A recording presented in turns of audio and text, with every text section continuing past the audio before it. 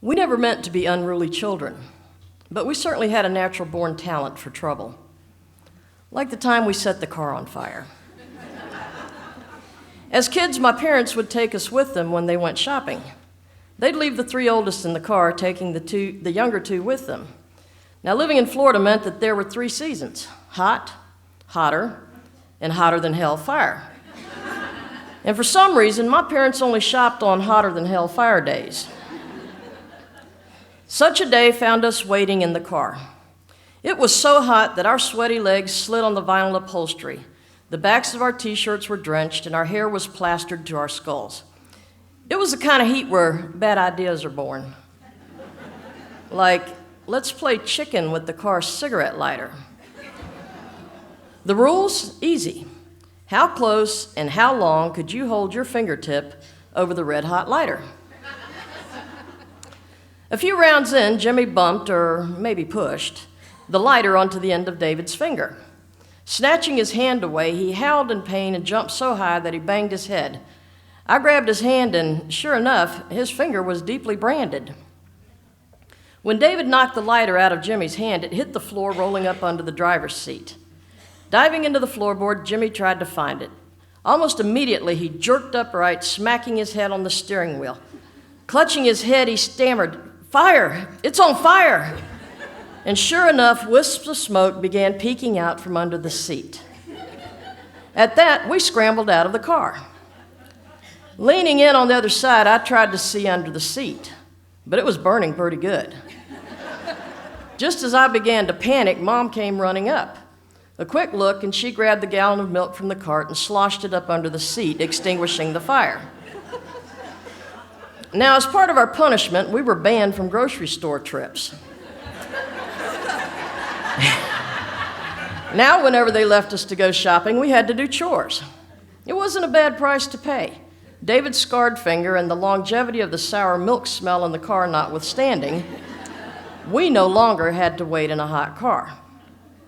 So there we were one Saturday morning. With our chores done and the parents still gone, we decided to watch television.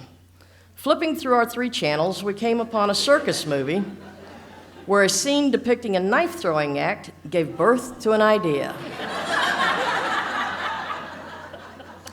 We ran into the kitchen and grabbed Mom's steak knife set that she'd gotten with her S&H green stamps. Going outside, we marked a target on the utility room door. I went first. As the knife left my hand, I knew instantly that it would strike true. And it did, right in the target, quivering from the force of its landing.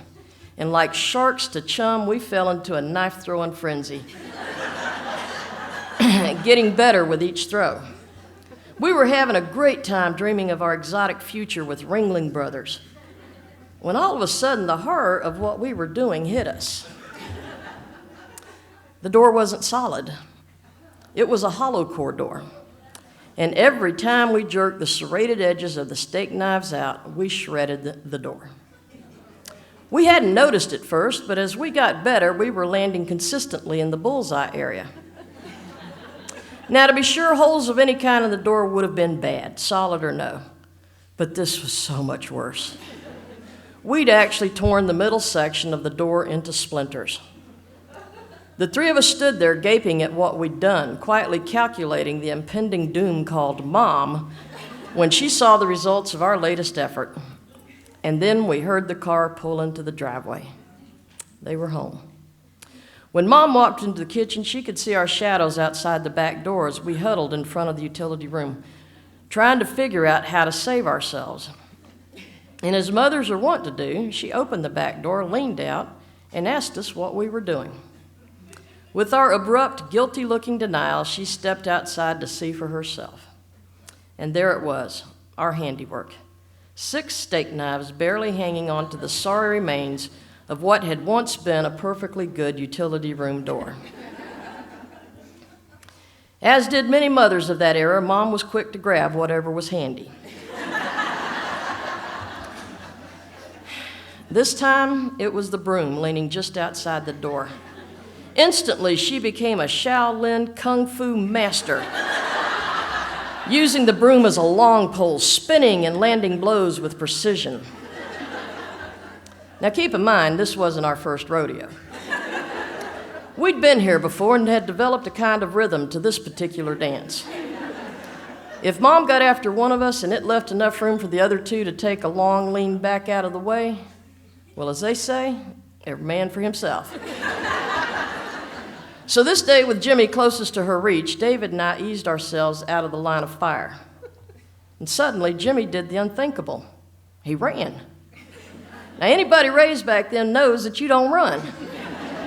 Because by the time you give up and go back, it's way worse than it would have been in the first place.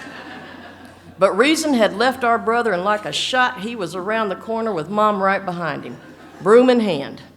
David and I were right behind them.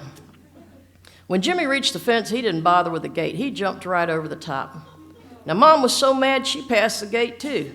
Grabbing the rail with one hand, broom in the other, she sailed over like an Olympic athlete, never slowing down. Halfway up the street, Jimmy looked back, and upon seeing her right behind him, he just stopped. Mom caught up to him and marched him back up the street, giving him what for with that broom. Now, Mom talked to you while giving you a whipping. Always beginning with, "This hurts me more than it hurts you." So there she was like a drum major, marching Jimmy all the way back down the road, and every whack of the broom accompanied with a word. We, whack, rent, whack, this, whack, house, whack. More whacks included how hard it was to pay the bills, feed all of us, and something about shoes. There was certainly no money to buy new doors. Back in the yard, Mom dropped her broom. Collapsing in a chair on the porch, she began to cry. I knew back then that we were poor, but I felt it more in the sense of things other kids got that we didn't have, not in what we did get. When you're a kid, you don't understand how hard it is to pay the bills. But that day, Mom crying over that door sure made me feel poor in more than one way.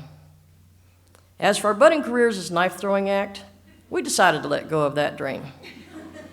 And even though we gave up the idea of traveling to new places with the circus, we never did quite give up getting into trouble, much to ours and our mother's dismay.